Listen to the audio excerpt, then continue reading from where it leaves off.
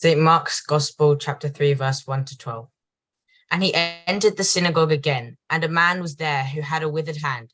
So they watched him closely, whether he would heal him on the Sabbath, so that they might accuse him. And he said to the man who had the withered hand, "Step forward." Then he said to them, "Is it lawful on the Sabbath to do good or to do evil, to save life or to kill?" But they kept silent. And when he had looked around at them with anger, they being grieved by the hardness of their hearts, he said to the man, "Stretch out your hand." And he stretched it out, and his hand was restored, as whole as the other. Then the Pharisees went out and immediately plotted with the Herodians against him, how they might destroy him. But Jesus withdrew with his disciples to the sea, and a great multitude from Galilee followed him, and from Judea and Jerusalem and Idumea and beyond the Jordan, and those from Tyre and Sidon, a great multitude. When they heard how things he was doing, he came to him. So he told his disciples that a small boat should be kept ready for him because of the multitude, lest they should crush him. For he had healed many, so that as many as had afflictions pressed about him to touch him. And the unclean spirits, whenever they saw him, fell down before him and cried out, saying, "You are the Son of God." But he sternly warned them that they should not make him known. And to you belongs praise of God, Barakamo. In the name of the Father, and the Son, and the Holy Spirit.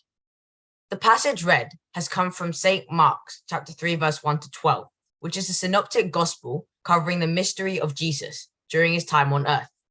Here we see the different senses of Jesus during his time on earth. Firstly, we see him performing a miracle at the synagogue on the Sabbath day from verses 1 to 6. From the acts he performs, Jesus is trying to show us that helping others on such a day is more important than following the sacred rules and traditions of the community, which is broken only for the correct reasons. We can see many examples in history, such as Martin Luther, Malcolm X, and Robin Hood. In the way the Pharisees act against Jesus clearly emphasizes the narrow-mindedness of people.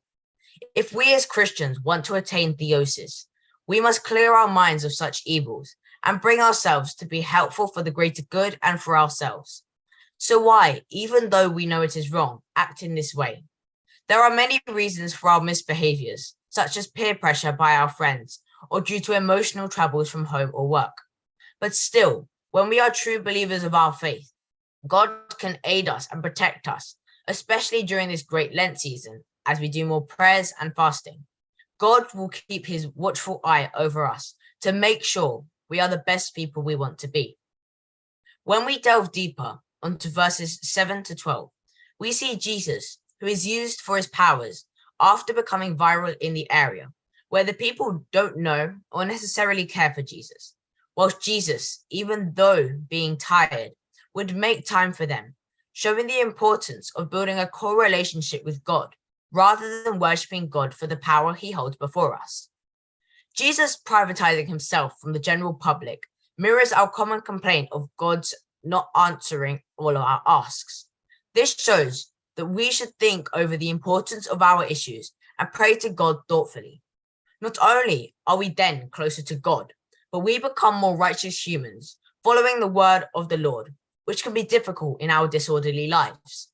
Following the footsteps of Jesus is a nearly impossible task, yet understanding his path and trying to walk alongside it can raise us from childhood through teenage years to adulthood as a developed person, able to work with all and spend time well with all, therefore in essence being one with God. Through seeing how Jesus behaved within this passage, we see the room for improvement in our own lives, especially during Lent.